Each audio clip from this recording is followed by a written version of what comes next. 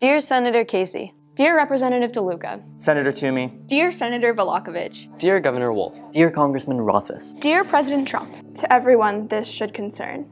I'm writing to you as a concerned 16-year-old student from Pittsburgh, Pennsylvania, knowing that your office, as well as the offices of other senators across the United States, has been receiving letters by the thousands from students like me with concerns. The recent event in Parkland has proven to my generation that gun violence is out of control. Not only do mass shootings and gun deaths occur in the United States on a far greater scale than in any other developed nation on earth, but far too many of these gun deaths occur in our nation's schools. No child should go to school and fear for their lives, just as no teacher should have to sacrifice their lives at work. Now more than ever, it is important to protect the citizens of Pennsylvania and the students who attend our schools. The Marjory Stoneman Douglas shooting was the deadliest shooting since Sandy Hook. Children are rushed out of the school, single file, hands on shoulders, eyes squeezed shut.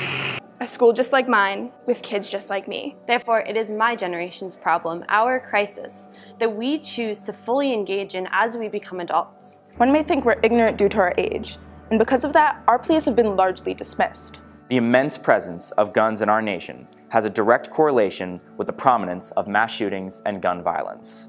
On average, 115,000 people are shot each year in the United States. There are 101 guns per 100 residents. By contrast, Serbia, in second place regarding guns per capita, boasts only 58 guns per 100 residents. Why is that? Because our country is in denial of the atrocities happening one after another. This disparity is concerning, and we look to you for an explanation, a solution, at least to consider a change. A lot has happened in the past year of American politics. However, not nearly as much has changed as I had hoped. If they will not act, then hopefully such campaigns will spur them into action. If you choose to not act now, then I assure you, Congressman Rothfus, that my generation will do everything in its power to stop this cycle of mass shootings. Because although your generation holds political power, peers of mine are being murdered on an unprecedented scale by violence in schools. My generation was born in the years following the Columbine school shooting, and so school shootings have been part of our reality growing up. We know the feeling when we have to go back into a school building after news of a school shooting. School is meant to be a place where students learn and enjoy the experiences that childhood offers. It is unfair that teenagers like myself or elementary-aged children of Sandy Hook should face the threat of gun violence in their schools, while the NRA and gun manufacturers dump bribes into Washington and uphold their business interests. The fear that these events have incited is extraordinary.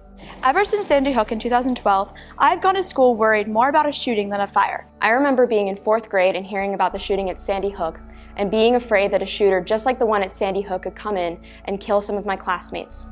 Look at our faces. Hear our voices. We do not want more guns.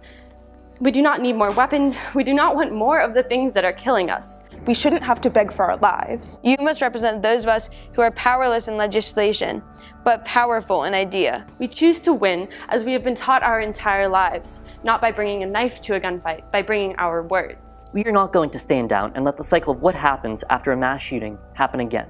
Because I know the power of my voice. Because I am sick of your thoughts and prayers. Senator Toomey, enough is enough. We will not wait for the next Sandy Hook, the next Columbine, the next Parkland to take guns out of dangerous hands. The next one of us to die in this senseless way will be your fault. You, as our adult, have the responsibility of keeping us safe. And I want to see real efforts to prevent gun violence and mass shootings. We need these shootings to end, and you know your role in all of this. So step up, for us. I beg of you. I know I speak for my classmates when I say that it is time for change. Revolution is on the rise. We will give you our ideas, and we will tell you how angry we are. We will stand up, we will walk out, we will march, we will make creative signs. We are 14, 15, 16, 17 years old and can't vote and have no other option. Voters are watching. And if you wish to see yourself voted back into office, I suggest you stand on the side of change as well. We are the next wave of voters they need to justify themselves to, after all.